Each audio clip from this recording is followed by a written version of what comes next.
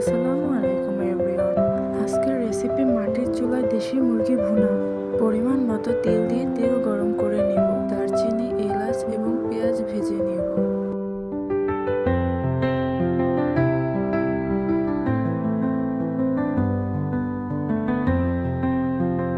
পেঁয়াজ একটু নরম হয়ে আসলে হলুদ, মরিচ, লবণ দিয়ে দেব।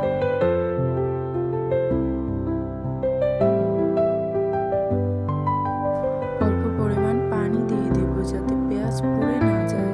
পরবর্তীতে আদা বাটা, রসুন বাটা দিয়ে দেব।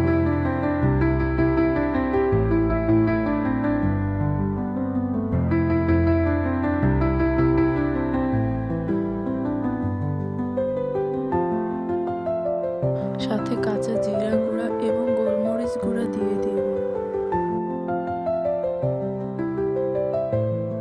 মশলাগুলো কষিয়ে নেব। মশলার কাঁচা গন্ধ চলে গেলে দেশি মুরগি দিয়ে দেব এবং মশলার সাথে গোশগুলোকে আরো ভালোভাবে কিছুক্ষণ কষিয়ে নেব।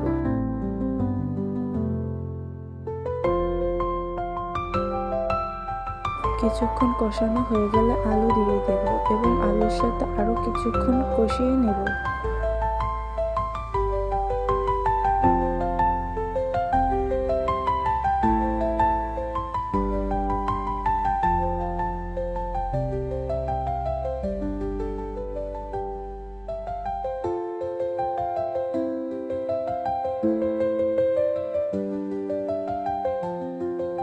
পরবর্তীতে গরম পানি দিয়ে দেব গোশটা সেদ্ধ হওয়ার জন্য।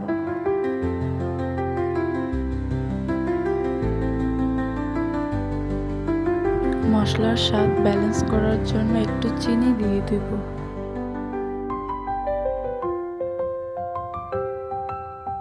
পরবর্তীতে গোশ আলু সেদ্ধ হয়ে গেলে এটি উঠানোর আগে ভাজা জিরা গুঁড়া দিয়ে দেব। তৈরি হয়ে গেল মাটির চুলায় দেশি মুরগি ভুনা। সম্পূর্ণ ভিডিওটি দেখার জন্য সবাইকে ধন্যবাদ।